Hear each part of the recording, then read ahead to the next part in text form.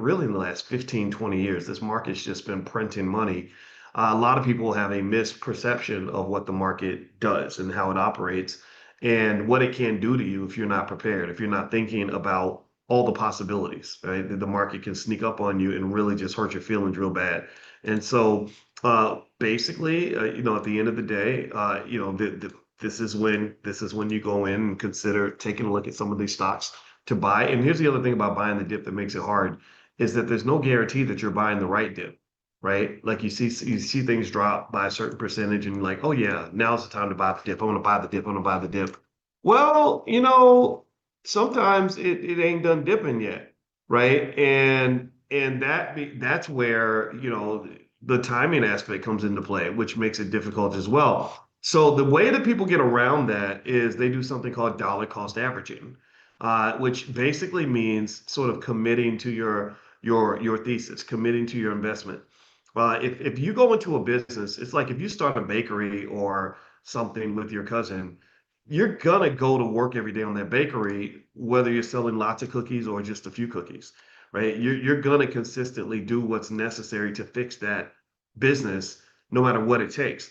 And so ultimately, when you're talking about sort of running this business, it's really not sort of a one-time commitment or sort of like a conditional commitment that says, I'm going to make this investment whenever it's convenient or whenever it's easy. You say, no, this is what I do. This is where I'm at. This is what I'm involved with, and I'm going to stick to that.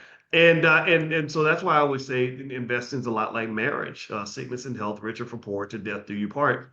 And so the bigger question to always ask when you make a decision on investing is, are you willing to kind of go down with the ship at least a little bit? Now, here's the thing. You don't want to be ride or die, because if you're too ride or die, then you're gonna die a lot. And I don't want you dying. But ride or die can also mean that I've investigated before I invested. I took my time, I thought it through, and I'm willing to really commit as much as required to make this thing work out, to give this thing the highest possibility possible that it's going to be successful.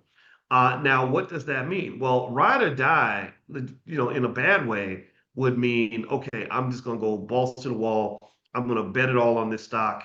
And if this stock doesn't work out, I'm just going to go broke.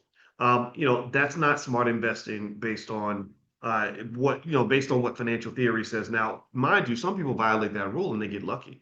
Elon Musk, he had $100 million. He put $99 million into SpaceX, and SpaceX wasn't even making any money. He was this close to going bankrupt, this close to literally losing everything he had. But he was so committed to this idea of building rocket ships that he stuck with it all the way down to literally to that last $1 million, and now he's worth $500 billion, right? So that's beautiful. It works out. Jerry Jones, it has that famous story about how he put all his money into an oil well. The oil well worked out. He got $100 million. He went and bought the Dallas Cowboys, put all his money into the Cowboys. They lost money for a long time. He said he would meet people, shake their hand, and say, "I'm losing $30,000 a day, right, or $1 million a month." He was losing that much money, and he stuck with it, and now he's incredibly rich. So that does happen. And that is a narrative, that is a direction you can go, just no differently from the fact that there's some little black boy in the hood who's going to bet it all on trying to get to the NBA, and he's going to make it, right? Now, at the same time, you always just have to make sure you remember that for every one black boy that gets to the NBA, there's 10,000 other black boys who tried the same strategy, who bet it all, and they lost it all, right?